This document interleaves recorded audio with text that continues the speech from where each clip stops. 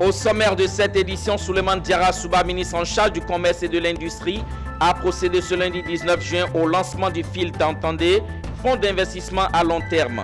Doté d'une enveloppe de 38 milliards de francs CFA, ce fonds est destiné entre autres à soutenir les entreprises. Le ministre de la fonction publique a procédé au lancement de la signature électronique des documents ce lundi 19 juin à Abidjan. Et puis, à l'occasion de la célébration de la Journée mondiale de lutte contre la drépanocytose, les étudiants de l'INFAS ont reçu plusieurs spécialistes. Ils ont échangé sur l'état des lieux de cette maladie héréditaire et sensibilisé le grand public.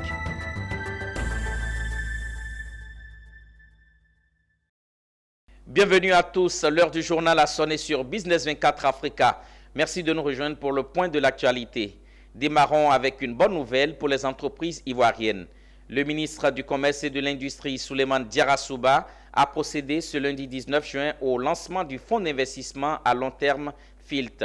Dénommé CDCCI Capital, ce fonds d'investissement, doté d'une enveloppe de 38 milliards de francs CFA, est destiné à soutenir les entreprises et accompagner les banques dans leur rôle de financement des projets. Le compte rendu signé Walter Kofi et Ismaël Doza. Les femmes et les jeunes dirigeants de start-up pourront se faire accompagner dans leur développement grâce au FILT, entendez fonds d'investissement à long terme. Dénommé aussi CDCCI Capital, ce nouveau dispositif a été présenté à la jeunesse et aux chefs d'entreprise lors de son lancement officiel à Abidjan. Doté d'une enveloppe de 38 milliards de francs CFA, dont 8 milliards sont orientés essentiellement vers les PME et start-up innovantes portées par les jeunes et la jeune féminine, et 30 milliards destinés aux grandes entreprises engagées dans l'économie verte.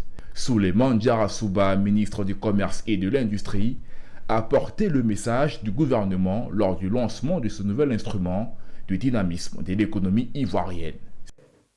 Et vous le voyez également, la facilité d'investissement à long terme, CDCI Capital, véritable fonds d'investissement destiné à accompagner et à financer nos entreprises sur la durée, vient encore renforcer, lui également, les instruments initiés et mis en place par le gouvernement. Le FILT ne se limite pas qu'aux frontières de la Côte d'Ivoire, mais à celles de la zone UEMOA, composante du projet des chaînes de valeur compétitives pour l'emploi et la transformation économique PC7, initié par le gouvernement, et se présente comme une source complémentaire pour les banques. Donc typiquement, il s'agira pour ce fonds de soutenir les entreprises en renforçant leurs fonds propres, ce qui pourrait donc rendre ces entreprises moins risquées. Et de la promotion donc des PME. Ça a été donc l'occasion de présenter le projet qui s'inscrit dans un projet plus vaste. Un peu plus tôt dans la journée du 19 juin 2023, le ministre du Commerce, Souleymane Diarra Souba, a procédé à l'inauguration du siège de la CDCCI Capital située dans la commune de Cocody, plus précisément dans le quartier de la Riviera Beverly Hills. Les arrêtés et communiqués d'admission, les décisions de mise en formation et de fin de formation au ministère de la fonction publique ont toujours été signés par le ministre de la fonction publique. Et ça lui restera. Ce qui change, c'est que Madame le ministre signera à partir d'aujourd'hui de façon électronique. Le lancement de cette signature électronique s'est déroulé ce lundi pluvieux en ouverture de la 3e édition des Journées de la fonction publique. Issa Badini et Marius Siri y étaient. Et ceci est la signature, du moins la signature électronique du ministre de la fonction publique. Quelques gestes sur un écran et le tour est joué. Et ce sera ainsi désormais au ministère de la fonction publique en ce qui concerne les arrêtés et communiqués d'admission, les décisions de mise en formation et de fin de formation. Une nouveauté qui contribue à la modernisation du service public, mais surtout à l'efficience et à la satisfaction des demandeurs d'actes administratifs, d'où la satisfaction du ministre. Comme vous le voyez, notre pays, la Côte d'Ivoire, avance et avance bien. L'administration qui en constitue le fer de lance avancera par l'action conjuguée de ces différents animateurs que vous êtes et que nous sommes tous. Ce projet de signature électronique nous tient à cœur et son lancement à l'occasion de la 3e édition des Journées de la fonction publique procède d'une analyse opportune. Une technologie qui requiert elle-même beaucoup de mesures, d'où l'intervention dans le processus de l'ARTCI, Autorité de régulation des télécommunications de Côte d'Ivoire. Dans ce contexte de digitalisation de l'administration publique ivoirienne et de dématérialisation de ses actes, la mise en place de la signature électronique représente une avancée significative. L'ARTCI, dans sa mission d'autorité nationale de certification électronique, est donc fier d'avoir contribué à ce processus. Le volet sécuritaire, il faut comprendre que c'est un projet qui génère un fichier PDF. Et le fichier PDF, tout le monde peut le façonner. Mais aujourd'hui, nous avons une certification de cette signature par l'ARTCI. L'ARTCI qui est l'autorité de régulation, mais qui en même temps qui certifie nos signatures électroniques. Et ce document PDF, vous pouvez le prendre. Mais le document à l'intérieur a des insignes, a des indications qui sont propres à notre élément de sécurité. Donc si ce document se retrouvait par, je dirais, inadvertance chez quelqu'un, alors on a la possibilité aujourd'hui dans notre système de SIGFAE de montrer effectivement que ce document est un document authentique ou pas. La signature électronique du ministre de la fonction publique ne sera cependant apposée que sur les actes issus du système de gestion des agents et fonctionnaires de l'État SIGFAE. Après la fonction publique, la signature électronique va intégrer les services des ministères de l'Intérieur et de la Sécurité, de l'Éducation nationale, la construction et au ministère des Mines, du Pétrole et de l'Énergie. Le lancement de la signature électronique s'inscrit dans le cadre de la 3e édition des Journées de la fonction publique qui a ouvert ses portes ce lundi 19 juin et c'est jusqu'au 23 juin prochain. Le samedi 17 juin 2023, l'association estudiantine et scolaire du département de Tangrela a organisé une conférence sur le thème « Enjeux et perspectives pour une jeunesse plus responsable ». Cet événement a réuni les étudiants et cadres de cette localité et a permis de porter des réflexions sur la question de l'employabilité des jeunes à travers les opportunités entrepreneuriales. Michel Brou et Marius Siri. Ce sont 800 000 jeunes qui sortent des écoles, dont 600 000 se retrouvent sur le marché de l'emploi. Un flux important auquel l'association estudiantine et scolaire du département de Tangrela veut apporter des solutions dans sa localité. C'est justement pour susciter le goût et la culture de l'entrepreneuriat de cette jeunesse qu'elle a institué ce cadre de réflexion avec la jeunesse de son département. Une centaine de jeunes étudiants sont venus découvrir les opportunités de l'entrepreneuriat ainsi que les mécanismes mis à leur disposition par le gouvernement. Aujourd'hui, la complexité du marché de l'emploi est telle que la fonction publique ne peut pas embaucher tous ces milliers de jeunes. Et donc, nous avons réfléchi et pensé à une autre alternative qui est celle de l'entrepreneuriat. Et donc, on a jugé bon d'organiser cette conférence en invitant l'agence emploi jeunes et les experts pour venir nous édifier sur le thème l'entrepreneuriat, enjeux et perspectives pour une jeunesse responsable. Le ministère a mis en place des guichets qui sont des différentes sources de financement pour accompagner ceux qui ont des idées. Tout le monde peut entreprendre, mais il faut apprendre à entreprendre à partir d'expériences pour pouvoir mettre l'activité. Donc on ne vient pas entreprendre parce qu'on a échoué en emploi salarié, mais on vient entreprendre parce qu'on a appris et on sait qu'on peut réussir. Le 1er janvier 2023, le président de la République, dans son adresse à la nation, a dit que 2023 était l'année de la jeunesse. En le disant, il invitait donc la jeunesse ivoirienne à saisir cette opportunité. Créée en 2005, l'association estudiantine et scolaire du département de Tangrela compte environ 1000 membres actifs. Elle se veut une association qui contribue à la promotion de l'insertion professionnelle réussie de l'ensemble de ses membres. Le projet du Bureau du Conseil en efficacité énergétique SECO a été récemment lancé à Abidjan.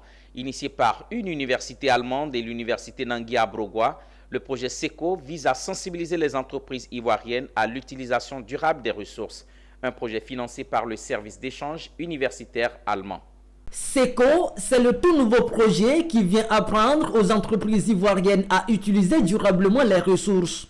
Bureau du Conseil en efficacité énergétique, le projet SECO va donc accompagner les entreprises bénéficiaires à mettre en place des solutions efficaces en lien avec les thématiques de l'efficacité énergétique, l'économie circulaire et le développement durable. Et donc le projet SECO a été initié en partenariat avec l'université Hochschule-Niederrhein, représentée ici par Lisa et Charlotte et Lisa, qui viennent directement de l'Allemagne pour nous épauler. Donc l'objectif de ce projet est de sensibiliser les entreprises sur l'usage durable des ressources. Voilà. C'est un projet financé par le DAD, qui est un organisme allemand, par le biais du ministère de l'économie. Donc sur 1 an. Et nous avons, pendant ces 1 an, des activités à faire avec les entreprises ivoiriennes. Alors, pour un premier échantillon, nous avons visé 45 entreprises. Donc ça, c'est pour la phase, on va dire, TC, qui dure jusqu'à la fin de l'année, jusqu'en décembre. Financé par le service d'échange universitaire allemand, le projet SECO est la contribution manifeste de l'université Hochschule-Niederrhein d'Allemagne et de l'université Nangia-Bourgois à lutter contre le gaspillage des ressources naturelles. Ces partenariats entre nos universités témoignent de notre engagement commun en faveur de l'environnement et de la durabilité. Un partenariat qui est mis en place en accompagnant nos partenaires universitaires et institutionnels à travers une assistance technique dans le développement des formations, dans les domaines qu'on a mentionnés, les énergies renouvelables. En effet, les défis actuels du changement global nécessitent de trouver des solutions, mais pas n'importe lesquelles, des solutions durables. Par ailleurs, vous l'avez constaté, j'en suis sûre, que les ressources illimitées, les ressources naturelles bien sûr, sont illimitées. Et il devient donc de plus en plus urgent d'agir. Lancé ce jour, le projet SECO prendra fin le 31 décembre 2023. Abordons le chapitre enseignement de cette édition. Ils sont au total 64 stagiaires du ministère de l'enseignement technique, de la formation professionnelle et de l'apprentissage. Ils se sont envolés samedi en France pour un stage dans le cadre du programme L'école de la deuxième chance. Avant leur départ, ils ont reçu les conseils d'usage du ministre Nguessan Kofi. Le compte-rendu de Michel Brault. Nous sommes au foyer du lycée technique d'Abidjan, une salle surchauffée par les chants des jeunes stagiaires avec leurs formateurs. Ils sont 6 chefs d'établissement, 38 formateurs dans les métiers du bâtiment et 20 apprentis mécaniciens. Tous du ministère de l'enseignement technique, de la formation professionnelle et de l'apprentissage. Les 64 stagiaires ivoiriens se sont envolés vers la France pour un stage. Il y a aussi l'école à deuxième chance. On a 20 jeunes qui vont aller encore à Aigleton pour les métiers de conduite d'engin lourd, de réparation d'engin lourd. Ils vont retrouver les autres cohortes qui sont déjà en France, là-bas, et ils vont renforcer aussi leurs capacités, ils vont apprendre le métier. Mais sachez qu'avant même de partir ce soir, ils sont déjà recrutés par les entreprises. Et à leur retour, ils seront en position dans les entreprises. J'ai bénéficié du projet de la deuxième chance.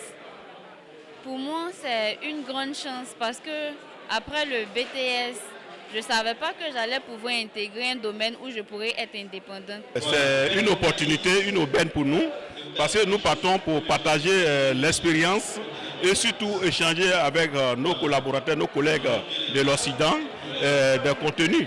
Et ça nous permettra aussi davantage de venir partager cette expérience-là avec nos apprenants. Notons qu'avec cette troisième vague de départ, des jeunes Ivoiriens, des formateurs et des chefs d'établissement en stage pour la France, ils sont désormais 102 stagiaires que Nguessan Kofi, ministre de l'enseignement technique, de la formation professionnelle et de l'apprentissage, fait partir en France. Avec ces départs, le programme École de la deuxième chance devient une réalité. Je vous l'annonçais en titre, le 19 juin de chaque année marque la journée mondiale de lutte contre la drépanocytose. Occasion pour l'INFAS, Institut national de formation des agents de la santé, d'accueillir plusieurs spécialistes de la question, notamment Ismaël Patrice Achirou.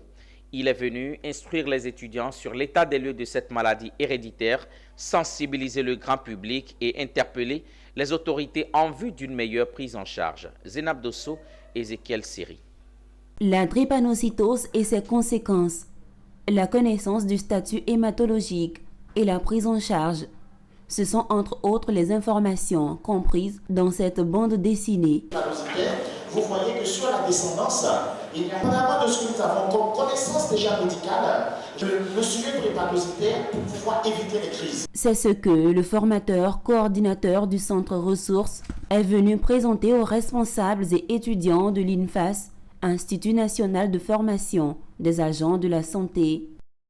Le défi majeur des acteurs, c'est former, s'assurer de la formation des professionnels de santé, même des professionnels de santé de base. Je fais allusion aux paramédicaux. La journée mondiale de lutte contre la drépanocytose à l'INFAS a également été marquée par des témoignages de parents de personnes atteintes de la maladie et des sujets eux-mêmes.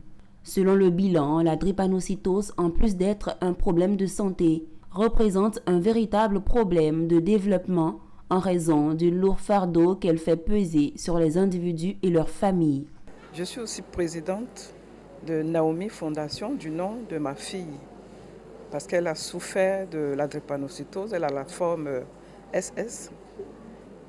Et vous vous rendez compte, à cause de cette prise en charge inexistante, presque je dirais, il nous a été prescrit de nous faire soigner en France. Donc j'aurais perdu ma fille si on n'avait pas les possibilités d'y aller. Aujourd'hui, elle en est guérie, elle va à l'école, elle se porte bien.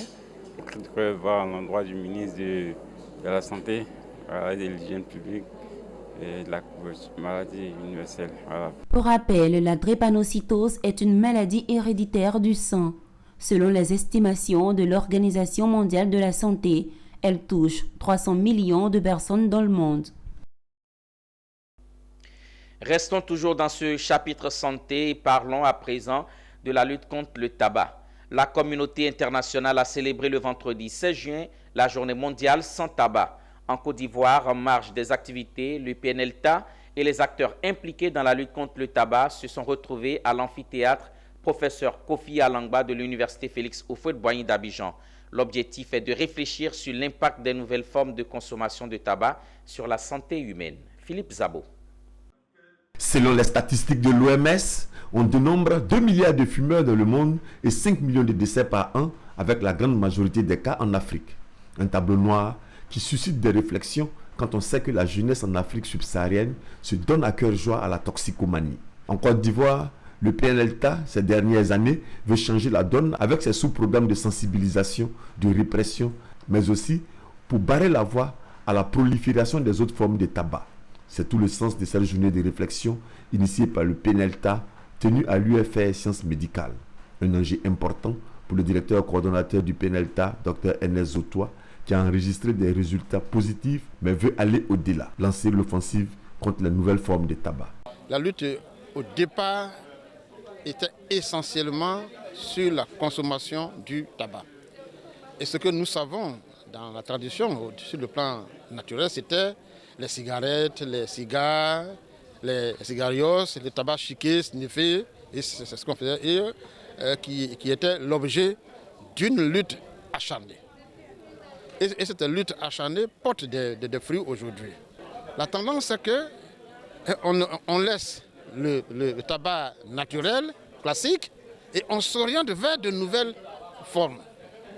Et c'est ça maintenant qu'il faut attaquer. Et nous allons essayer de prendre des mesures pour que cela soit combattu. Toutes les activités de recherche sont intéressantes pour l'UFR. Actuellement, c'est une journée nationale scientifique. Donc les activités de recherche, les chercheurs vont mettre à nu ce qu'ils ont pu trouver. C'est aussi orienter les enseignants que nous sommes pour la recherche des complications liées à cette forme de consommation du tabac.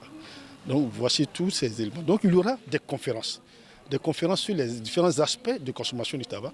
Au cours de la journée mondiale sans tabac, célébrée le vendredi 16 juin, les acteurs du monde médical, les pneumologues, les chercheurs, les ONG de lutte contre le tabac se sont donc retrouvés. Le Centre d'édification, d'érudition et d'excellence CE et son Institut théostratégique de développement étaient en conférence sur le thème « Ensemble, levons-nous et bâtissons notre nation, ma voix pour le développement ».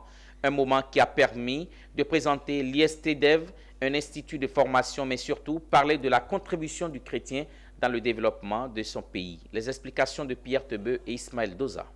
L'Institut théostratégique de développement ITS-DEV, qui a fait l'objet de la première partie de cette conférence du 17 juin, est une école issue du Centre d'édification, d'érudition et d'excellence CEEE, fondé depuis 2021 par Luc Elomont.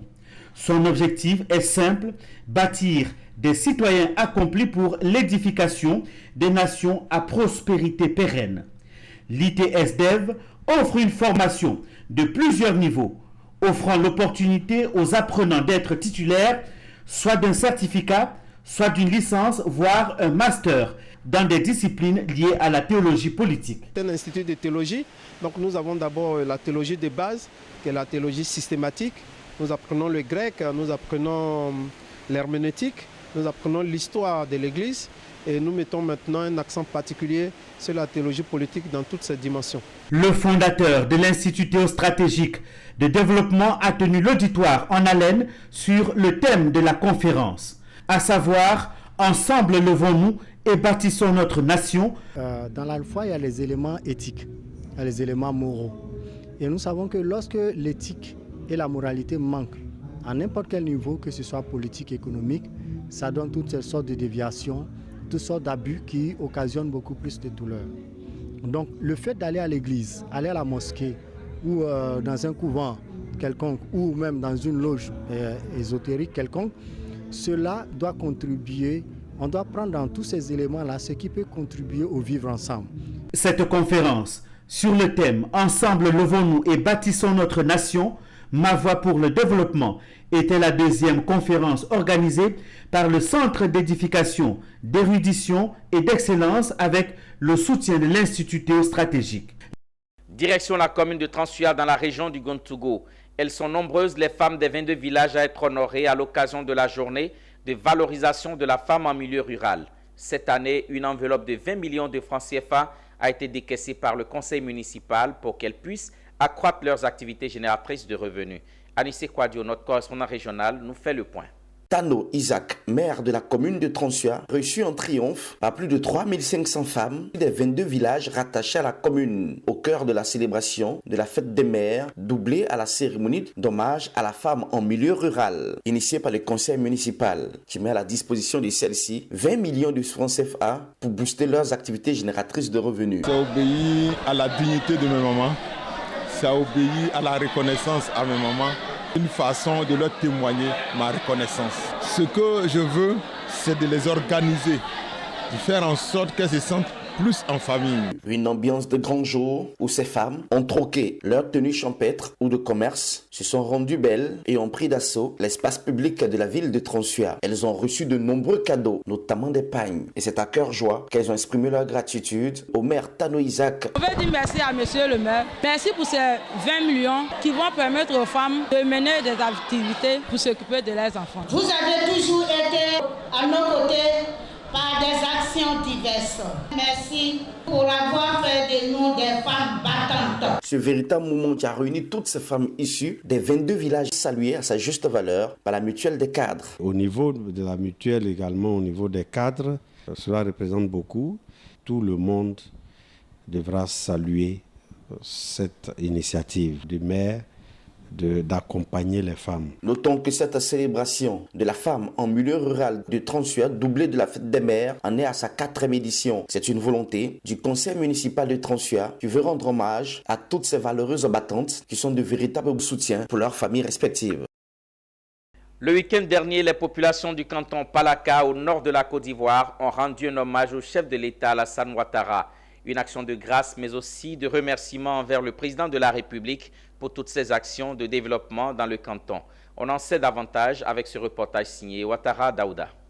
Démonstration de force des populations du canton Palaka ce samedi 17 juin à Kumbala, chef-lieu du canton. Une mobilisation parfaite afin de rendre un hommage au chef de l'État, son Excellence M. Alassane Ouattara, pour toutes ses actions de développement en si peu de temps. À travers cette journée d'hommage et de reconnaissance, les veillantes populations du canton Palaka veulent exprimer toute leur gratitude au chef de l'État et lui traduire leur ferme engagement à l'accompagnement l'accompagner dans toutes ses actions de développement au profit des Ivoiriens en général et du canton Palaga en particulier. À vous jeunes à moi pour exprimer une fois encore notre fierté à notre frère, notre fils, notre père, notre grand-père, le docteur Alassane Ouattara. Le peuple Palaga continuera à soutenir ces initiatives. Le professeur Adama Diawara, ministre en charge de l'enseignement supérieur et de la recherche scientifique, parrain de cette cérémonie, a félicité et salué la forte mobilisation des populations du canton Palaga pour célébrer le premier des Ivoiriens. Dans mon propos, je tiens à vous remercier infiniment pour votre mobilisation exceptionnelle. Cette mobilisation exceptionnelle traduit clairement votre attachement à son Excellence M. Alassane Ouattara, président de la République de Côte d'Ivoire. Notons que cette sympathique cérémonie d'hommage au chef de l'État était placée sous le haut patronage du ministre d'État, ministre de la Défense, par ailleurs président du conseil régional du Tchologo, M. Téné Birahima Ouattara. C'est dans une ambiance festive et bon enfant avec la danse du Balanfon Palaka, Yoyigara, que la cérémonie s'est soldée.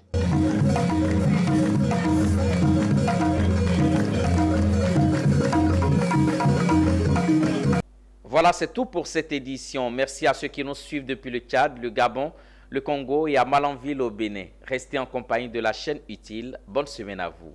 Au revoir.